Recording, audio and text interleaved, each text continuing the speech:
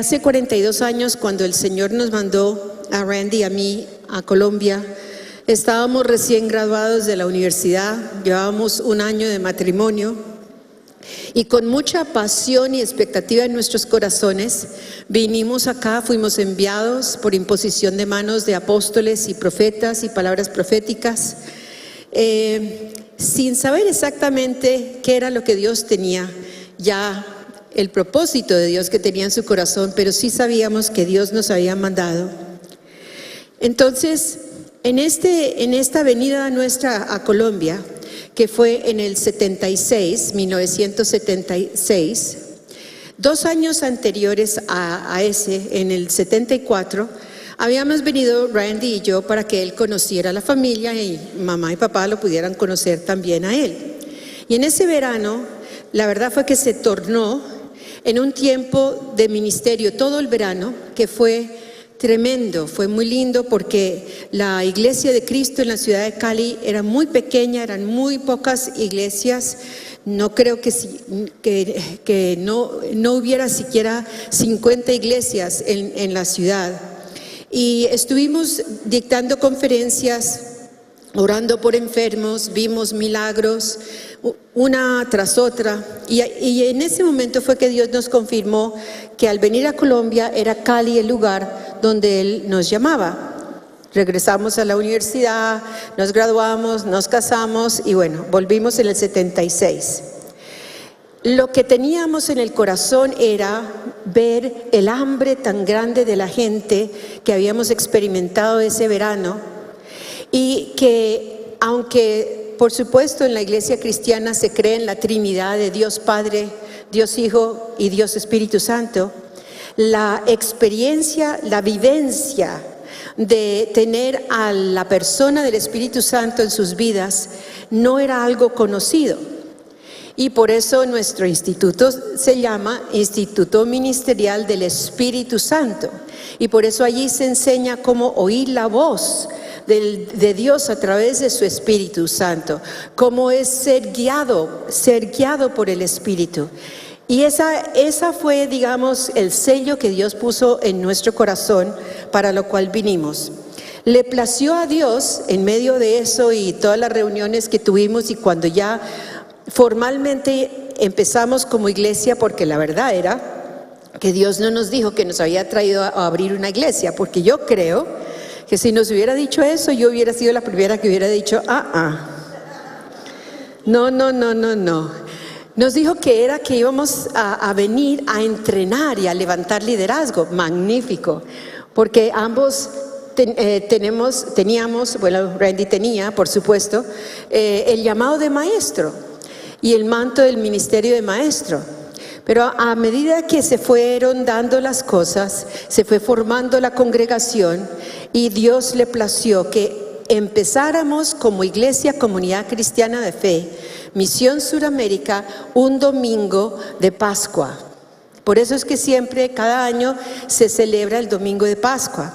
Yo lo que les quiero decir es que yo sé que eso no es casual de Dios, porque nada para Él es por coincidencia, sino que sé que es profético, que esta iglesia hubiera nacido el domingo de Pascua. Y eso es el mensaje que yo les quiero dar, el mensaje del Evangelio de la Resurrección. Así se llama lo que voy a compartir esta mañana, el Evangelio de la Resurrección.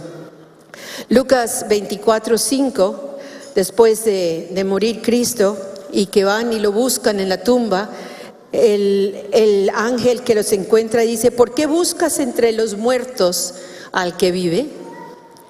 Y hay una anécdota del gran artista, maestro Miguel Ángel, que él le reclama a sus compañeros y le dice: ¿por qué siguen llenando las galerías solo con una imagen de un Cristo débil, colgado de una cruz y ya muerto, como si la cortina de la obra se hubiera cerrado ya sobre Jesús como un desastre derrotado?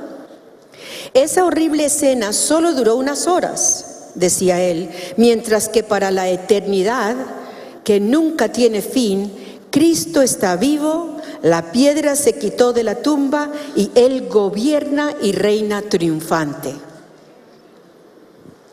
Esa parte no lo oye uno, ¿no?, de Miguel Ángel, solo ve, bueno, que era un gran maestro en tantas áreas del arte que se destacó. Pero esta parte uno no la oía. Eso fue sacado de un libro que se llama Hidden Heroes, los héroes escondidos, del autor Larry Thompson. Entonces, ¿qué tiene que ver la resurrección con nuestra fe? ¿Y por qué digo yo que es profético que Dios hubiera plantado, iniciado esta iglesia como iglesia un domingo de Pascua? Porque la resurrección es el hecho más importante de toda la Biblia, el hecho más importante. Sí, se recuerda su muerte, pero se celebra la resurrección. Se recuerda la muerte porque era necesaria para que pudiera haber una resurrección, pero se recuerda la muerte y se celebra la resurrección. La crucifixión es indispensable, es esencial. Sin la muerte no hubiéramos podido ser perdonados, es verdad. Pero ¿qué hace entonces la resurrección? ¿Por qué es tan importante? Porque la resurrección de Jesús confirmó, le dio validez a esa crucifixión, a esa muerte de Él. Y si no hubiéramos tenido la resurrección, no tendríamos cómo saber si la muerte de Él, de Cristo, tuvo valor o hubiera sido en vano. Cristo dijo que Él volvería a los 3 días, y lo que la resurrección hizo fue confirmar la veracidad de lo que Cristo prometió. En Mateo 12:40 dice: así como Jonás estuvo en el vientre del gran pez 3 noches, así estará el Hijo del Hombre en el corazón de la tierra 3 días y 3 noches. Jonás, por supuesto, no es un libro que está en el Nuevo Pacto, del Nuevo Testamento, sino del Antiguo Testamento. Y ya se estaba profetizando que Cristo moriría y que Él estaría enterrado por 3 días y 3 noches. Si Jesucristo no hubiera resucitado de la tumba, ¿por qué nos hubiera importado la muerte de Él? Hubiera sido la muerte como cualquier otra persona. No hubiéramos creído entonces en esa promesa, porque no tendría sentido. Bueno, murió y ya. Dijo que iba a volver y no volvió, entonces ya, pasó de la historia. Pero por la resurrección es que podemos saber justamente, es la prueba que da la veracidad a la muerte de Jesús, al entierro y a la resurrección de Él, conforme a esa unidad de muerte, entierro y resurrección es que se compone el evangelio de la resurrección. El evangelio no es el evangelio de la muerte. El evangelio son las buenas nuevas. Eso es lo que significa la palabra evangelio. El evangelio son las buenas nuevas de ¿qué? ¿Que murió y que fue enterrado? No. Que murió, dio su vida, pagó por nuestro pecado, se enterró y resucitó venciendo la muerte, y hoy está vivo, como cantábamos esta mañana, en nosotros. Ese es el evangelio de la resurrección, porque sin resurrección no hay evangelio. Sin resurrección no hay buenas nuevas, no hay que contar. Por eso este acontecimiento se encuentra en los 4 evangelios. No todos los acontecimientos están en los 4, pero este de la resurrección sí lo incluyeron cada uno de los que escribieron los evangelios. Segundo, acabamos de explicar por qué se llama evangelio de la resurrección. Anterior a la resurrección sucedieron unos eventos que los conocemos. Voy a tomarlos según el evangelio de Marcos, que es como el que explica con más detalle. Y hubo lo que sucedió antes de la Pascua. Recuerdan que en la última enseñanza que compartí les contaba que la Pascua fue instituido por Dios como una fiesta que se celebraba, un tiempo de una fiesta religiosa que se celebraba con el propósito de recordar y hacer memoria de algo muy importante que Dios había hecho para el pueblo judío. La palabra Pascua significa, por ahí me mandaron esas cositas, videos que mandan por chat, y me emocioné porque dije, uy, qué bueno va a ser este video. Y lo explicaron muy mal porque dijeron que Pascua era pasar por allí. Pero en realidad, y entonces bueno, le dieron toda otra simbología, la Pascua. La palabra Pascua significa pasar por encima de. Y pasar por encima de, ¿por qué? Porque ya Moisés había estado diciéndole al faraón que tenía que soltar al pueblo de Israel de la esclavitud. El faraón se había resistido y ya como última prueba le dijo Moisés que iba a morir el primogénito de cada casa, a no ser que en esa casa tuviera la insignia o la señal que Dios había dado para que no pasara el ángel de la muerte sobre esa casa.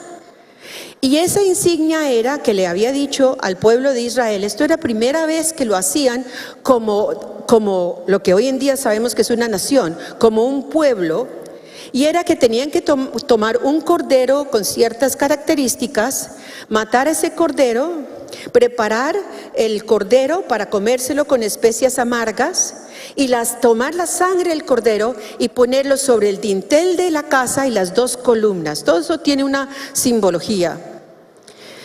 Entonces, cuando vino el ángel de la muerte y encontró esa sangre sobre el dintel de la puerta de la casa y las dos columnas, pasaba por alto, pasaba por encima, y no había muerte en esa casa.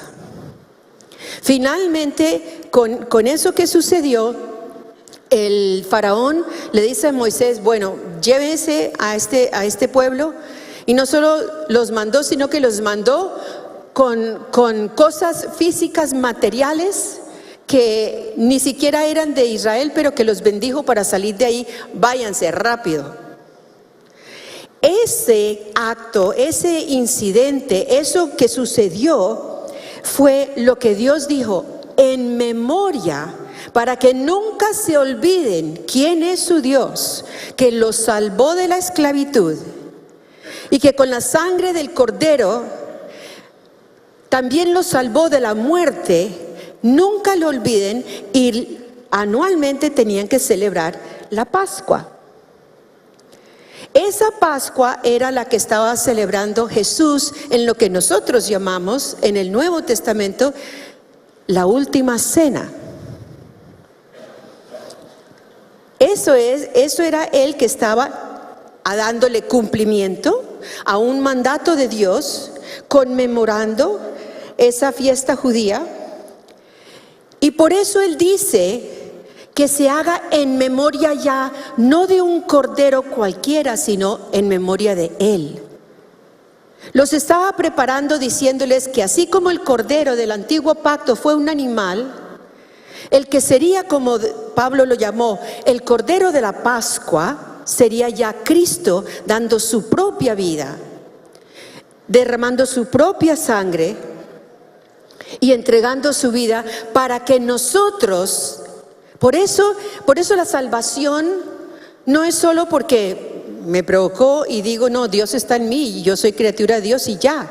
No, es todo un acto legal que Dios pagó a través de la vida de su Hijo Jesús, y Jesús libremente escogió dar su vida para que su sangre, que dice el libro de Levíticos, y bueno, la ciencia y la medicina dice lo mismo, la vida está en la sangre, dio su vida por nosotros para que nosotros pudiéramos tener vida eterna. Eso era lo que estaba celebrando Jesús. Y por eso dijo, háganlo en memoria de mí. Recuerden este sacrificio que yo estoy haciendo. Pero no para que nos quedáramos solo allí, en la muerte, sino que entendiéramos que la muerte era necesaria para que el evangelio se pudiera dar, el evangelio de la resurrección. En Marcos 16:1, gracias. Marcos 16:1 dice: al haber pasado el día de reposo, el Shabbat que llaman, María Magdalena, 1, María la madre de Jacobo, 2, y Salomé, 3, compraron esencias aromáticas para ir a ungir ese cuerpo. Comienza ya a ver, vemos la importancia que tuvo el papel de la mujer en este evangelio de la resurrección, porque estas eran unas mujeres que habían conocido a Jesús, lo habían amado, y al ver que ya estaba muerto, querían ir y preparar ese cuerpo de él. La tradición judía no embalsamaba los cuerpos internamente, sino que en la tela que los envolvían, eso era lo que ellos embalsamaban. Entonces estas especies que ellas llevaban eran especies aromáticas que entre las telas ellas iban a hacer todo este trabajo. Compran sus esencias para ungir el cuerpo, porque esa era la manera en que preparaban a una persona que había muerto. Entonces, ¿qué sucede? Que ellas se van temprano a la tumba. Jamás se imaginan lo que se van a encontrar, solo saben que ahí debe estar ese cuerpo, y ellas en su amor quieren ungir y embalsamar ese cuerpo. Recuerden que antes de la muerte de Jesús hubo otra mujer que tuvo un papel tan importante en la vida de Jesús y que la criticaron porque usó un perfume, una especie tan fina y tan costosa, que los que estaban en ese lugar la criticaron, que cómo desperdiciaba ese perfume derramándosela sobre Jesús. ¿Recuerdan? Y recuerdan qué fue lo que dijo Jesús, que ella, ¿qué era lo que estaba haciendo? Preparándolo. No sé hasta qué punto ella entendiera eso, tuviera la revelación, pero Jesús sí lo vio como un acto profético, que lo estaba preparando para esa muerte. Entonces María Magdalena fue una mujer que conoció a Jesús y que lo amó. Él la liberó, dice la palabra, de 7 demonios. María era la madre de dos hijos, Jacobo y Juan, uno de los cuales lo llamó Jesús y fue uno de los apóstoles. Salomé, esposa de Zebedeo, él era un pescador. Lo que quiero decir, eran personas que atendieron al llamado que Jesús hizo y se enamoraron del mensaje que él trajo. Pero cuando murió, pues lo vieron de una forma muy natural. Murió, ¿y qué pasó? Recuerden que dijo algo, pero quizás, no sé si lo recordaban, lo que veían en ese momento era la muerte. Se levantan muy temprano, van de Betania hasta Jerusalén. Dicen que eso fue un caminar como de 30 minutos. Necesito mis voluntarios acá ahora.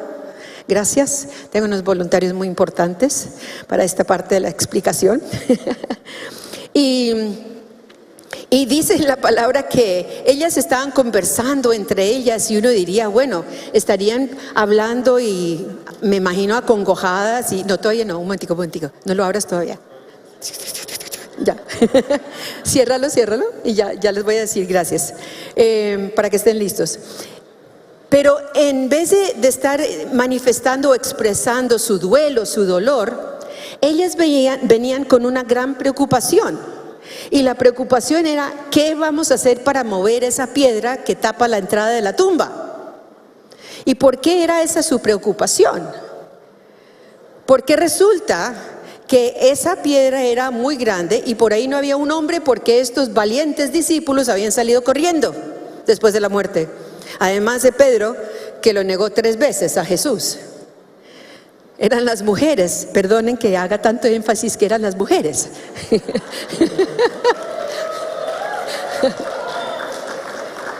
Y Y dicen, yo no he estado en Israel, no he visto el lugar donde dicen que de pronto fue donde hubo la tumba, pero dicen que había una zanja al frente de la tumba para rodar esa piedra. Y para cerrarla y tapar la tumba, la rodaron hacia abajo. Y ellas ya sabían que para poder abrirla y poder entrar para embalsamar ese cuerpo, la tenían que empujar hacia arriba. Entonces venían, en vez de estar preocupada con el muerto, ¿cómo iban a hacer con esa piedra? Ahora sí, gracias. Dicen que las medidas de esa piedra eran de una circunferencia aquí adelante, una circunferencia de 2 metros de ancho por 2 metros de alto. Como a veces es difícil imaginarse, entonces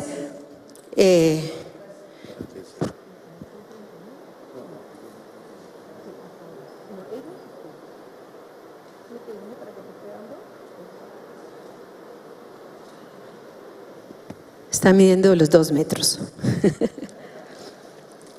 La piedra tenía más o menos este ancho y este alto, de una piedra que decía que pesaba, un momentico para no vayan a creer que estoy exagerando, 1800 kilos. Era lo que pesaba esta piedrecita. Entonces era de este ancho y de este alto y pesaba 1800 kilos. Con razón estaban preocupadas que qué iban a hacer. Muchas gracias. En Marcos 16, el versículo 2, del 2 al 4, que es donde estamos leyendo Marcos 16, y muy de mañana, el primer día de la semana, vinieron al sepulcro, ya salido el sol, pero decían entre sí, ¿quién nos removerá la piedra? Que era muy grande. Pero cuando miraron, vieron removida la piedra, que era muy grande. ¿Se imaginan? Si ellas venían con esta preocupación y de esto era que hablaban, y llegan allí y ya alguien había quitado la piedra, ¿qué es lo que sucede? Ellas habían llegado allí, habían llegado con fe. Me imagino que dirían, bueno, no hay un hombre por aquí, pero algo vamos a poder hacer porque vamos a entrar allí y vamos a embalsamar este cuerpo. Mujeres de fe. En Mateo 28:2 dice, y hubo un gran terremoto, porque un ángel del Señor, descendiendo del cielo y llegando, removió la piedra y se sentó sobre ella.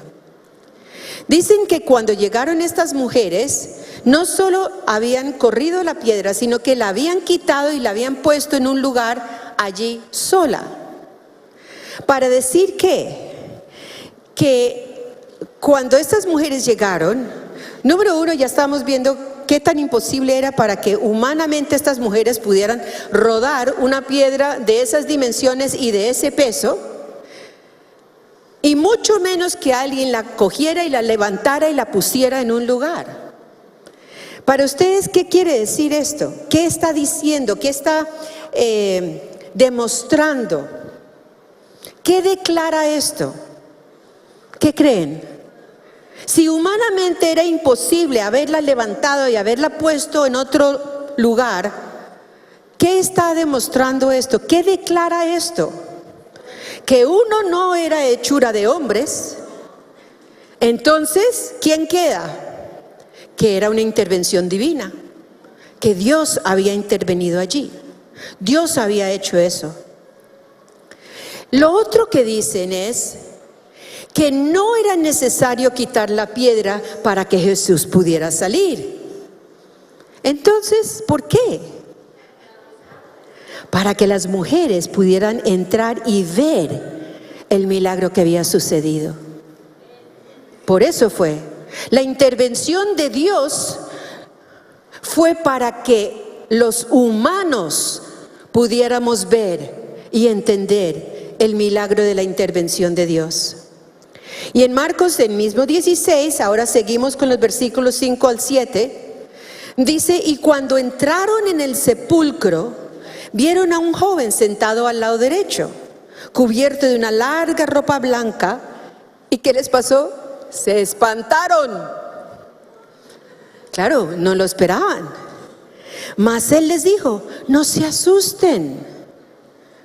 buscan a Jesús Nazareno, el que fue crucificado, pues ha resucitado y no está aquí. Miren el lugar donde le pusieron.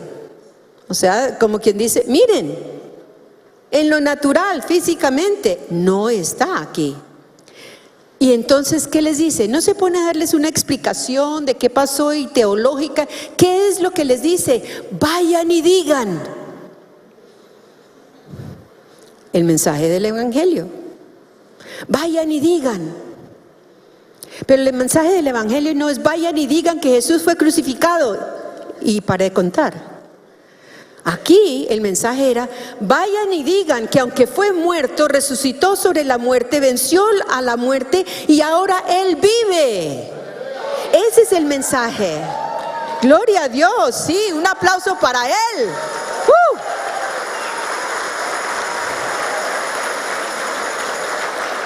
Vayan, digan a sus discípulos y a Pedro. ¿Por qué dice sus discípulos y a Pedro? ¿Por qué menciona a Pedro? Pues yo creo que le está diciendo, por si acaso ustedes creen que Pedro no se merece que les den las buenas nuevas, por favor inclúyanlo en el paquete, es todo incluido, a los discípulos y a Pedro, aunque Pedro lo negó 3 veces. Vayan y digan a los discípulos y a Pedro que Él va delante de ustedes a Galilea y allí lo verán como les dijo. Cumplió su palabra. Resucitó. Cuarto, resultados de la resurrección. Primero, el anuncio del ángel, que fue el primer anuncio de la resurrección. Segundo, que este anuncio, lo primero que les dice, a ver, la primera reacción que ellas tienen es que se llenan de espanto, se asustan. ¿Y qué les dice el ángel a ellos? No se asusten. Resultado de la resurrección es que nosotros ya no tenemos que vivir en temor. Una de las obras, el fruto de la resurrección, de lo que Dios hizo a través de su Hijo Jesucristo por el poder del Espíritu Santo, es que tú y yo no tenemos que tener más temor, porque cuando Jesús resucitó, conquistó el temor. El mayor temor, tal vez, de la humanidad es la muerte. ¿Por qué? Porque el hombre no tiene control sobre la muerte. ¿Por qué creen todo esto ahora que estamos volviendo a los días de Egipto? Nos falta es que nos embalsamen para que después algo pase con nosotros, yo no sé qué. Todas estas cirugías, todas estas cosas. Y no solo con las mujeres, los hombres también, para que no se vean la edad que somos. ¿Sí o no? Ay no, ya me está saliendo esta arruguita aquí, y se ha vuelto en muchas personas ya una obsesión tan horrible que uno mira la cara de esa mujer o de ese hombre y dice, ya no tiene facciones, ya no se sabe quién es. ¿Por qué? Porque no quieren envejecer. ¿Será que creen que la cirugía les va a evitar la muerte? No sé. O que les va a prolongar un poquito más la vida para no morir, pero es que en Dios está la muerte y la vida. Él es el que tiene todo en sus manos, no soy yo. Bueno, con esto no estoy criticando a los que se han hecho cirugías. Solo estoy diciendo que no vayan a creer que la cirugía tiene otro propósito, no es más. Y el mayor temor, si es la muerte, porque no tenemos control sobre ella, la victoria de Jesús sobre la muerte sí es permanente, y al final hay otra muerte que es, o sea, la muerte, la primera muerte que dice la palabra de Dios es cuando perdemos un ser querido. Sí nos da dolor, pero no debe darnos desesperanza. Sí tenemos un duelo y la palabra de Dios da lugar para poder vivir ese duelo, pero no los debe llevar a la ansiedad y a la desesperanza, porque en Él hay otro resultado de la resurrección, y es tener la esperanza, y es una esperanza sostenida, porque Él creyó en esperanza contra esperanza, sostenida eternamente hasta ver el cumplimiento de Jesús. Lo que Jesús hizo con la resurrección fue lo que David hizo con Goliat, prácticamente. Porque David cogió la misma espada de Goliat y le cortó la cabeza a ese gigante. Y si el diablo cree que la muerte va a ser la manera en que él puede maquinar y puede manipularnos a nosotros los hombres, con el temor a la muerte, Jesús cogió, porque la palabra dice que cuando el diablo vio que Jesús murió, él dijo, bueno, ya, todo quedó hecho, ya se logró mi propósito, pero se la hizo. Y con lo mismo que el diablo quiso usar para atemorizar a la humanidad, Jesús usó la muerte y con esa muerte la venció. La venció. Hebreos 2, 14, 15 dice, Él también participó de lo mismo para destruir por medio de la muerte al que tenía el imperio de la muerte. Estaban durante toda la vida sujetos a servidumbre. Eso es lo que pasó en la Pascua. Israel estaba sujeto a la servidumbre del faraón de Egipto. Y eso fue lo que hizo la Pascua. Para que no murieran, tenían que tener lo que Dios había dicho, la sangre del cordero, y celebrar entre todos la Pascua. ¿Se imaginan que tuvieron que tener fe, sabiendo lo que estaba pasando, sabiendo que el ángel de la muerte venía? Tenían que haber tenido fe para haberse quedado quieticos, encerrados en su casa, no salir corriendo y creer que lo que Dios había dicho a través de Moisés iba a cumplirse, que no iban a morir. Y los que lo hicieron, los que obedecieron, no murieron. Nosotros sí morimos físicamente, pero hay una resurrección que nos espera, los que morimos en Cristo. Y aunque físicamente morimos, eternamente no morimos. Jesús conquistó la muerte para darnos la vida eterna. Lo primero es que responde a nuestra ansiedad, a nuestros temores, y la resurrección lo segundo que hace es que nos sostiene nuestra esperanza, porque nuestra esperanza está en Jesucristo y en su obra, no solo en la cruz, no nos quedemos ahí, sino en la obra con la resurrección. En medio de la tristeza siempre hay una fuerza, ¿o no?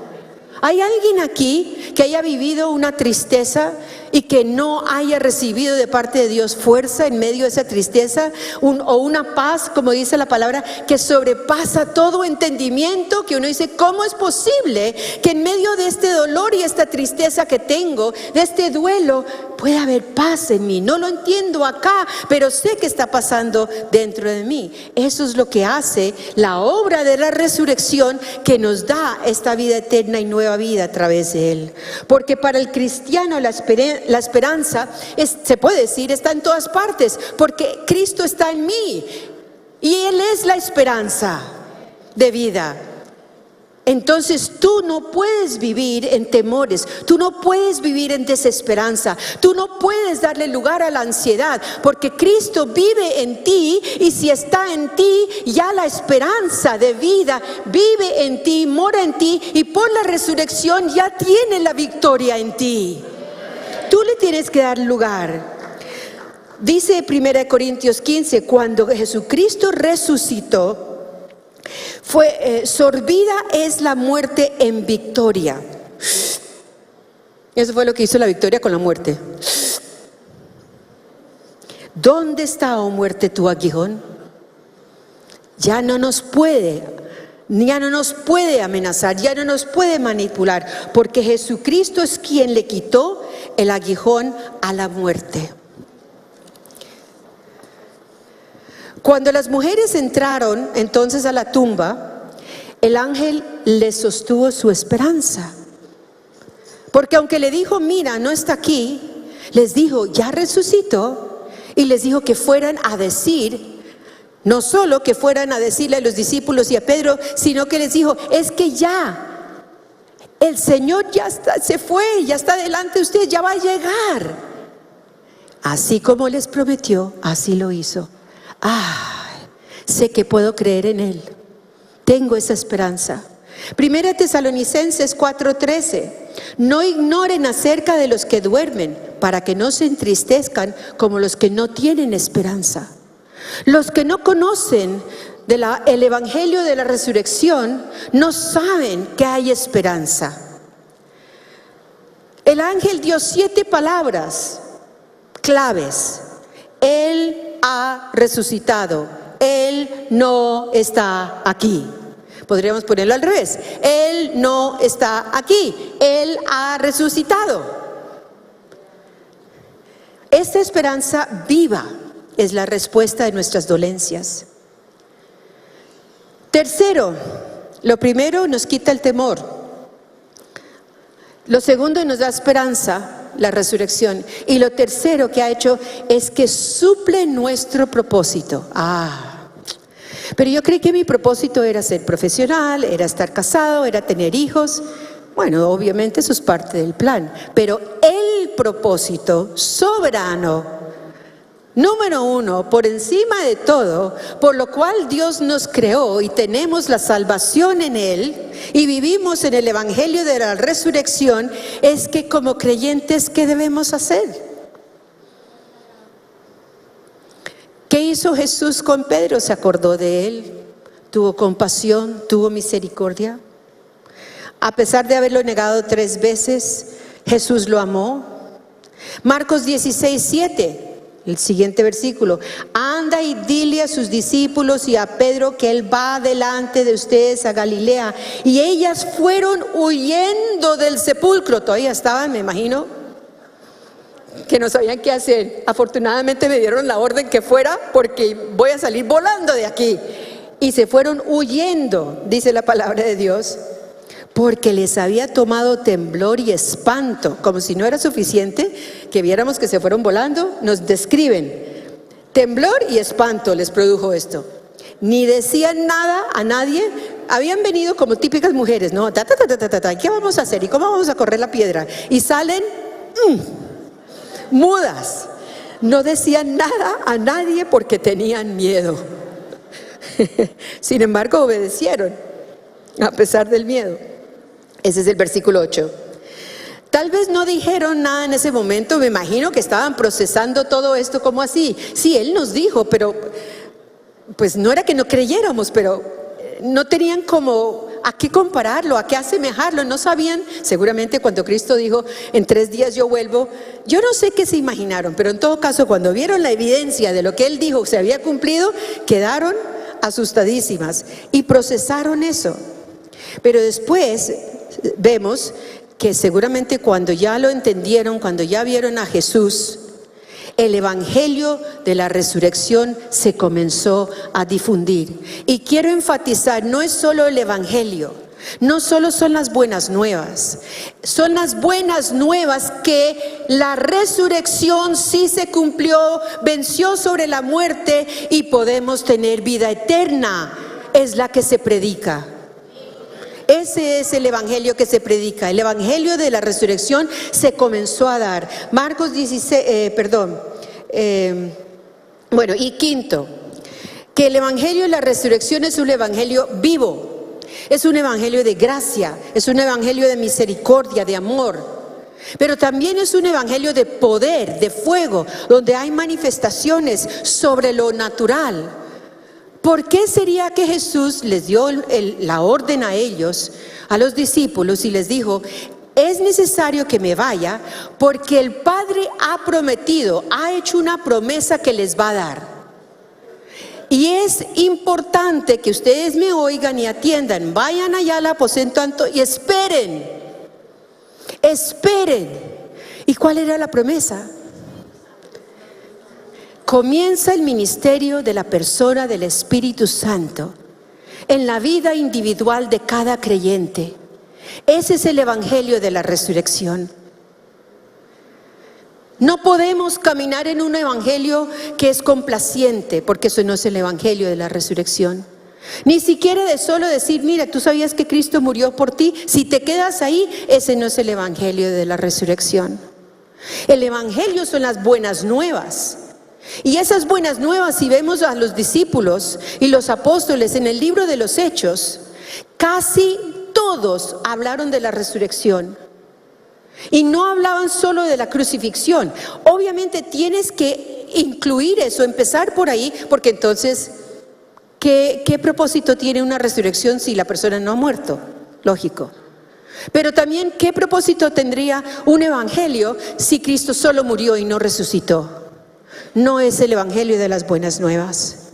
Tiene que haber manifestaciones sobrenaturales, porque el evangelio de la resurrección está hablando del poder del Espíritu Santo que venció sobre la muerte, y ese es el poder que tú y yo predicamos a través de la resurrección de Jesucristo, con señales, con prodigios, con milagros, demostrando que Él sí vive, que Él sí resucitó y que vive en ti y que vive en mí y puede vivir en todos los que quieran creer.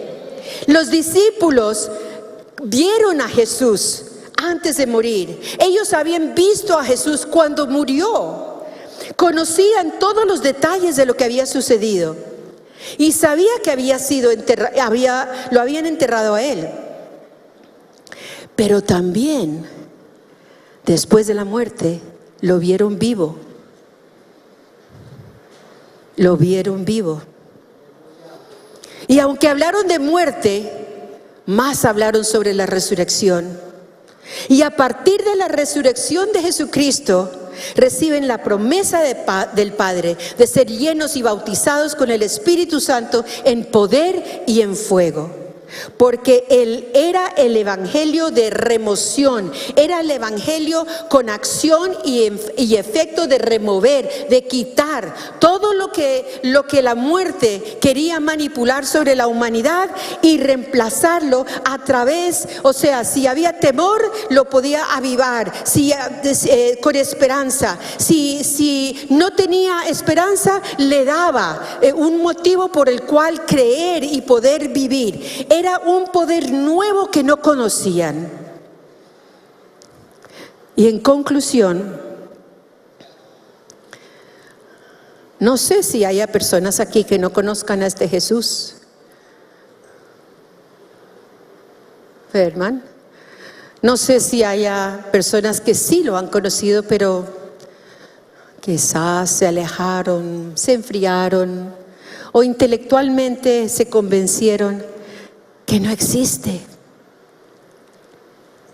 Sea cual sea tu condición, yo quiero darte la oportunidad de dos cosas hoy. Uno, que tú puedas conocer a ese Jesús que vive, Él no está muerto. Yo quiero que tú conozcas este evangelio de la resurrección. Yo quiero que tú sepas que cuando nosotros decimos, cuando yo digo Él vive en mí, es porque esa fue la promesa que Él dio. Y por su resurrección física obtuvo vida eterna para mí, pero también para ti. Si te estoy hablando a ti, me gustaría tanto poder orar por ti, para que te pongas de pie, para que vengas acá, para poder orar por ti.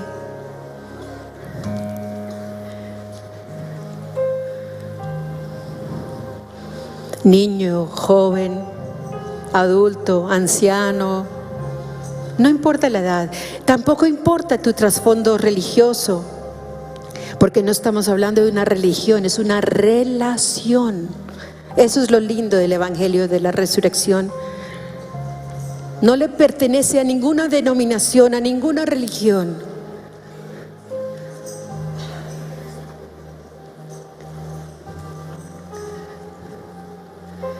Sé que hay unos invitados hoy, me gustaría orar por ustedes. Fernando Cárdenas, invitado por el pastor Francisco. Diana Janet Cárdenas, que el Espíritu Santo la atrajo y llegó. Ricardo de la Rosa, invitado por Samuel Díaz. Orlando Maecha, también atraído por el Espíritu Santo. Lucero Villegas, María Cecilia Barberán la invitó. Wilmer Vargas, quisiera también orar por ti. Y Marbeli Areván, que Rubí Rosas los invitó. Gilmar Blanden, Ricardo Astudillo. Y aunque yo no te hubiera nombrado, esto es porque los conocemos, que a la entrada nos dieron su nombre, dijeron que estaban aquí. Y aunque tú no nos hayas dado tu nombre, el Señor sí te conoce por nombre. No dejes pasar esta oportunidad. Tú no estás aquí por coincidencia. Tú estás aquí porque Dios te trajo. Te trajo para tener esta oportunidad de entregar tu vida a Él. Él no está muerto. Hay una película que salió que dice Dios no está muerto, y ahora salió una segunda. Él no está muerto. Él no se quedó en esa cruz. Él resucitó y venció a la muerte. Y sea la adicción que tengas, sea el temor que tengas, sea la rabia y el rencor contra Dios que tengas, Él te ama. Él te ama con un amor que nunca has conocido, seguramente. Ven adelante, que quiero orar por ti. Para que tú, ¿qué vamos a hacer ahora? Tú vas a hacer una oración en voz alta. La palabra de Dios dice que si tú crees en tu corazón que Cristo murió por ti y lo declaras con la boca, eso es lo que te da la salvación. Lo crees, pero lo declaras. Así como el ángel le dijo a las mujeres, ahora vayan, pero no les dijo solo vayan. ¿Qué les dijo? Vayan y digan. Vayan y digan.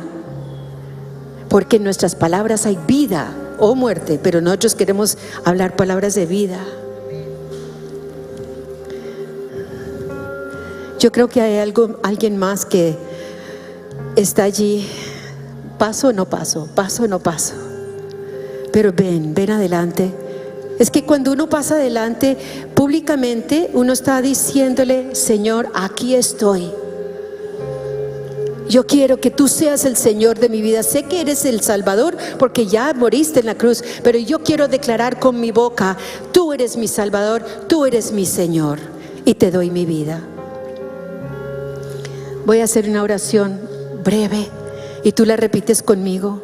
Señor Jesús, yo reconozco que te necesito, que yo no puedo manejar mi vida solo, y sé que has muerto por mí, y venciste la muerte. Ahora yo declaro con mi boca que desde hoy, 15 de abril del 2018, te hago mi Señor, el Rey de mi vida. Tú eres el que me enseñarás a vivir. Tú eres el que tienes mi futuro, y en ti yo confío. Y ahora declaro que no solo soy creación tuya, sino ahora hijo tuyo, porque he nacido de nuevo, como dice la palabra de Dios. Y démosle un aplauso al Señor. ¿Saben por qué estamos aplaudiendo? Porque la palabra de Dios dice que cada vez que uno entra al reino de los cielos, los ángeles y todo el cielo hace fiesta. Todo el cielo, y nosotros hacemos fiesta también. El segundo llamado que quiero hacer es, si tú ya recibiste al Señor a Jesús como tu Señor y Salvador, y no has recibido el bautismo del Espíritu Santo, ¿qué estás haciendo? Eso no es sino pedir. Y la palabra de Dios dice que el que pide se le da, cuando pedimos conforme a su voluntad. Quiero orar por ti. Queremos los pastores orar por ti, por el bautismo del Espíritu Santo. Ven acá adelante para que podamos orar por ti, para que recibas fuego y poder. Si ya has nacido de nuevo, fuego y poder, fuego y poder. Y si se te apagó el fuego y el poder, quiero decirte que depende de ti de mantener ese fuego encendido.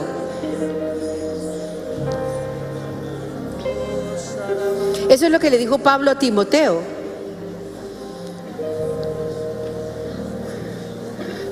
Que él no oraba por el don, sino por el fuego del don.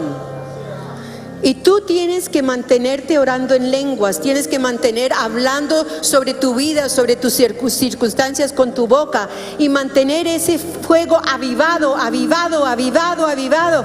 Todos los que necesiten vengan adelante para avivar ese fuego del don que hay en ti. Oh, Ramahanda. Y mírame a mí un momento, mira. Si no has recibido el don de lenguas, quiero que estés, un momento, miren a mí un momentico. Si no has recibido el don de lenguas, la palabra de Dios dice que el Espíritu le da lenguas a todo el que cree. ¿Para qué las lenguas? Porque es nuestro idioma, nuestro lenguaje espiritual con que nos comunicamos con Dios, y es como, ese es el que aviva ese motorcito espiritual dentro de nosotros del alma que nos frena tantas veces con pensamientos y temores. Y yo quiero que cada uno de ustedes hoy digan: recibí el don de lenguas. Y ese don de lenguas es para que oren por la mañana, que oren por la tarde y por la noche. Y ese es el poder que Dios nos da del Espíritu Santo. Entonces, recibe el bautismo del Espíritu Santo con la manifestación del don de lenguas en el nombre de Jesucristo. Recibe ya y ora ya. Ora ramahata yatashkata. Elia toca mamanda, yando curra. Elia tashkaba banda mamanda. Elia tukurra bababanda yatashkanda. Los pastores todos deben estar aquí orando. El liderazgo, intercesores de estratégicos, ishkiba mamanda. Eso. Abre la boca y ora. Ishkima mamá. Anda corra papá. Hata yata. Eliatoshka. Talla más fuerte. Urra baba mamá banda. Eso. Abre la boca. Ora. Ishka papá. Ala tanda ya banda yato. Undo corra baba banda yatoshkanda. Eliato. Todo lo de Dios es bueno. No hay temor donde hay perfecto amor. Ishkiba mamá tanda. Abre la boca. Hiya baba mamá manda. Undo corra baba banda. Eso, más fuerte. Ella tocó raba mamá manda. Ella tocó raba banda, ya toshkanda, ya tocó mamanda. Ella tocó raba mamá, recibe el fuego. Ella mamá manda, el Espíritu Santo, más fuerte, ora más fuerte, ishkana manda. Ella tocó raba banda, ya toshkanda. Ella tocó raba banda, ya toshkanda. Ella tocó, aleganda, raba mamanda. Ella tocó. Llega, Padre amado.